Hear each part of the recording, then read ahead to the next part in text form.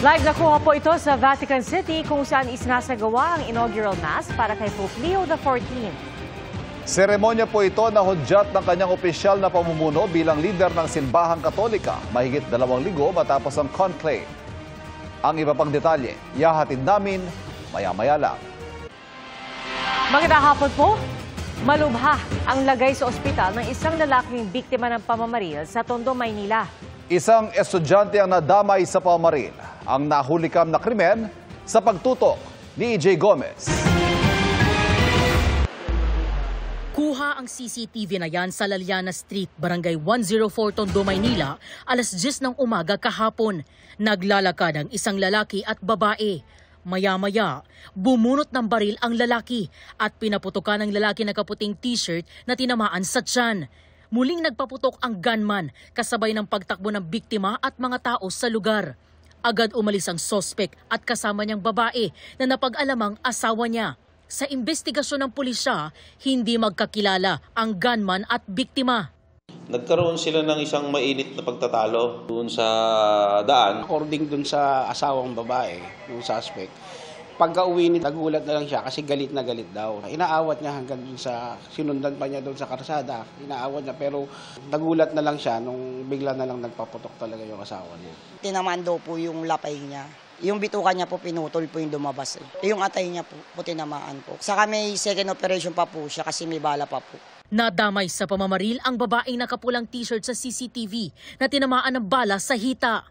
Yung lalaki po na biktima is taga dito po, residente po ng Barangay 104. Tapos po yun naman pong yung batang babae, estudyante po yun na nag-NSTP lang po dito sa barangay namin. Naaresto sa Caloocan ang 44 anyos na suspect na driver sa City Hall. Naglalakad lang po siya. Na-tempo po nung pagligo po nung motor ko doon po mismo siya pumesto. Parang kinagalit niya po yung nung pagkakasenyas ko sa kanya na doon ako paparada. Nagkasagutan daw sila at pinagbantaan ng biktima. Babalikan niya daw po ako, papatayin niya daw po ako. Nakita ko sumusugod siya papunta sa amin. Kaya po sinalubong ko na siya, inunahan ko na siya. Pasensya na po sa nadamay, hindi ko po sinasadya. Tuloy po yung kaso niya. Nag-aaral po mga anak ko. Sasampahan ng reklamong frustrated murder at physical injury ang suspect na nakadetain sa Rahabago Police Station sa Tondo, Maynila. Para sa GMA Integrated News, EJ Gomez, nakatutok 24 oras. Paalala po mga kapuso, umiiral pa rin ang election gun ban at isang nagpakilalang negosyante ang nahuli dahil sa paglabag dito nang magduda sa kanya ang mga pulis sa checkpoint. Ang pag-aresto sa kanya tinutukan ni Emil Sumangil, exclusive. Dumaan sa checkpoint ng PNP Highway Patrol Group ang pickup na ito na agad pinatabi sa gilid ng mga pulis. Ang dahilan, nakitaan po ng unusual na galaw. Ito pong driver po natin, medyo hindi po siya kampante. At mula sa labas, nakita ng mga pulis sa tabi ng driver seat ang isang STI caliber 45 pistol. Baril siya, baril. Oo. Mahal po yan. Even po yan ay unlicensed or licensed po. Baba. Agad na inaresto ang driver ng sasakyan na nagpakilalang isang negosyante. Wala raw papeles ang baril at ang matindi. Election gun ban pa rin ngayon. Ang personal lang daw po ito at pangbahay. Pero again, hindi po ito obra po sa atin at yung ganito pong dahilan ay hindi po makakalasot po sa atin.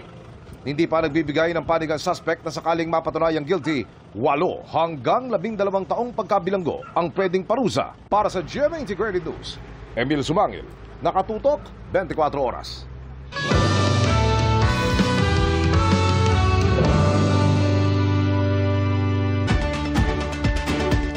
Pagkatapos sa mga senador, sunod namang ipoproklama ng COMELEC ang mga nanalong party list group sa eleksyon 2025. Bukas ilalabas ang listahan at kung ilan ang nakalaang pwesto sa kanila sa Kamara.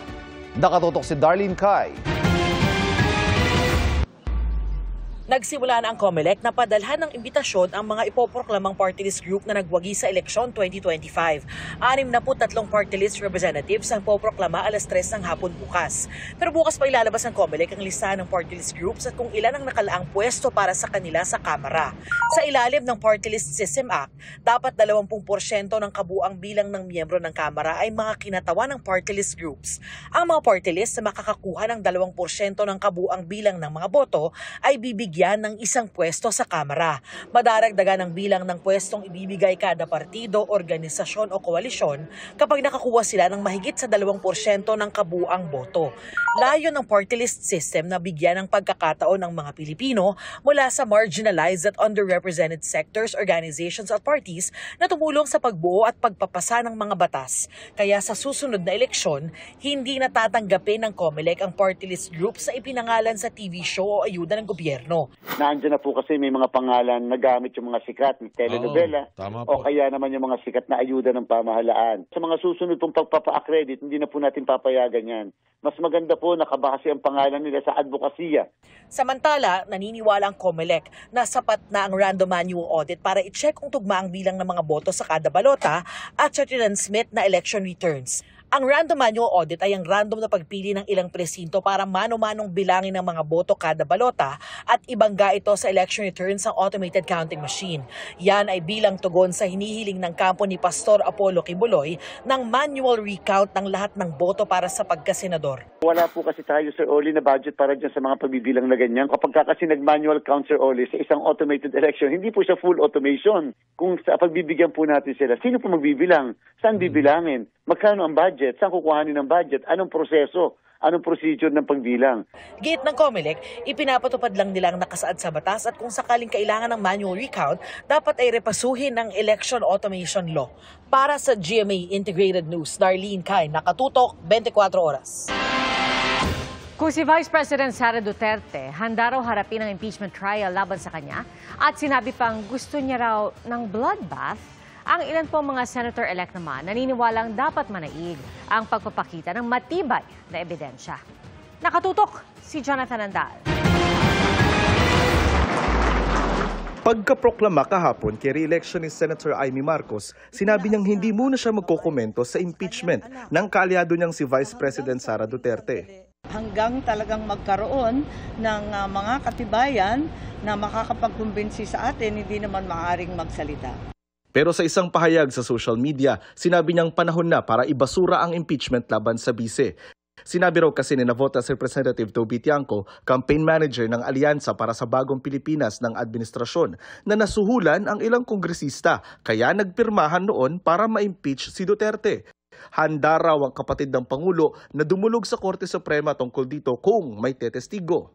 Sa panayam ng DZBB kay Tiangco, sinisi niya ang impeachment kaya natalo ang ilang kandidato ng alyansa, lalo na sa Mindanao. This all started noong nag-file ng impeachment. Nagsosolidify yung Mindanao. Kung dati nakakakuha yung mga kandidato namin ng boto doon kasi ang basihan nila sa pagpili ng kandidato ay kung sino yung kursonada nila, na iba yung pagpili nila ng kandidato doon kung sino po yung hindi boboto sa impeachment. Wala namang klamo doon eh. Kung sa Cebu, ano bang ginawa na dun sa impeachment? 'Di ba? Nagsalita na yung mga in-interview na napilitan lang po kami mapumima sa impeachment kasi po iipitin yung pondo namin eh. So, itinanggihan ng liderato ng Kamara. No one was coerced, no one was how do you say it? Asked to sign. You know, everybody signed the impeachment based on their own volition. Kinontra rin ni Deputy Majority Leader Judas Sidre si Tiangco. Nanalo nga raw sa eleksyon ang 100 sa 115 district representatives na pumirma sa impeachment, kasama ang 36 sa 44 na kongresistang mula Mindanao.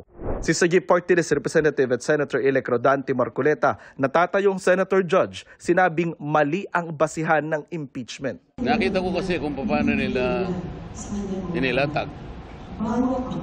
Mali ang batayan, mali ang proseso. Pagdebatihan muna natin kung talagang kinakailangan matuloy o hindi. Hindi pumirma si Marcoleta sa impeachment, maging ang dalawa pang senators-elect na sina Las Piñas Representative Camille Villar at ACT-CIS Representative Erwin Tulfo. Mahirap po kasi magsalita eh. No, wala po ako nakikita ng dokumento eh. I mean, if pipirma. Kaya ho talagang hindi ako pumirma. So, this is the time sa Senate na makikita ko pareho, maririnig ko pareho. Pareho magpe-present ng kanilang mga pieces of evidence. I would advise the prosecution team of the House to really present credible evidence.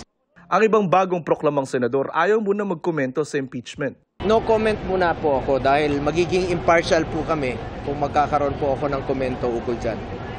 Antayin po natin yung ebidensya. And then hindi ko rin alam kung sigurado yung takbo ng impeachment kung kailan mag-uumpisa, kung ito ay mag-carry over ba or hindi. Pero si Vice President Duterte, sinabi kahapon na gusto niyang matuloy ang paglilitis. Sinabihan ko na rin talaga sila, really, I truly want a trial because I want a bloodbath talaga. Sagot ng isang kongresistang tatayong prosecutor sa impeachment. Hindi kailangan maging bloodbath dahil gusto nating malinaw lang ang pagkakalatag ng ebidensya. 16 na boto ang kailangan para makonvict ang bise, 9 naman para ma-acquit. Base sa komposisyon ngayon ng mga tatayong senator judge, 7 na ang markadong kaalyado ng mga Duterte. Obligasyon na lang namin na mailatag ng malinaw ang ebidensya para sakaling ang kanilang konsyensya, mababalansin nila sa kanilang isip na dapat nga ba ma-convict o dapat ma-acquit. Para sa GMA Integrated News, Jonathan Andal, nakatutok, 24 oras. Bigumang makuha ng alyansa ang clean sweep ika nga sa eleksyon 2025, kailangan magpatuloy sa trabaho kasunod ng eleksyon, ayon mismo kay Pangulong Bongbong Marcos. Nakatutok si JP Soriano. Wish we had better results, but we live to fight another day. Pahayag ito ni Pangulong Bongbong Marcos sa party ng Alyansa para sa Bagong Pilipinas. Kasunod yan ng resulta ng eleksyon kung saan kalahati o 6 lang mula sa mga kandidato ng administrasyon ang nakapasok sa Senado. Kabilang sina re-elected Senator Pia Cayetano at Lito Lapid at Senator-elect Erwin Tulfo, Ping Lacson at Tito Soto. Kasama rin sa bilang si Senator-elect Camille Villar na inendorso rin noon ni Vice President Sara Duterte. Sa datos ng COMELEC, base sa mga boto mula sa Mindanao, nakapasok sa top 12 ang 12 kandidatong suportado ng mga Duterte.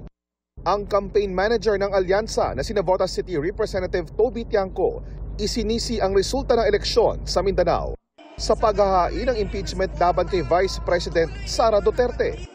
Para naman kay Vice President Duterte, walang ibang dapat sisihin kundi ang Pangulo. Why do I think that the Allianza senators did not perform well? It's because of the President. The people find him wanting of his promises. And the people expect more from the President, particularly with regard to his work for our country. Sinusubukan pa naming makuna ng pahayag ang Malacanang kaugnay nito. Pero sabi ng Pangulo sa party ng Alyansa, di na ito ang panahon para pag-usapan pa ang mga issue sa politika. It's time to put all of the issues that were raised during election and only talk about not political issues but developmental issues, healthcare issues, education issues, agricultural issues, food supply issues, all of these things. Para sa GMA Integrated News, JP Soriano, nakatutok 24 oras.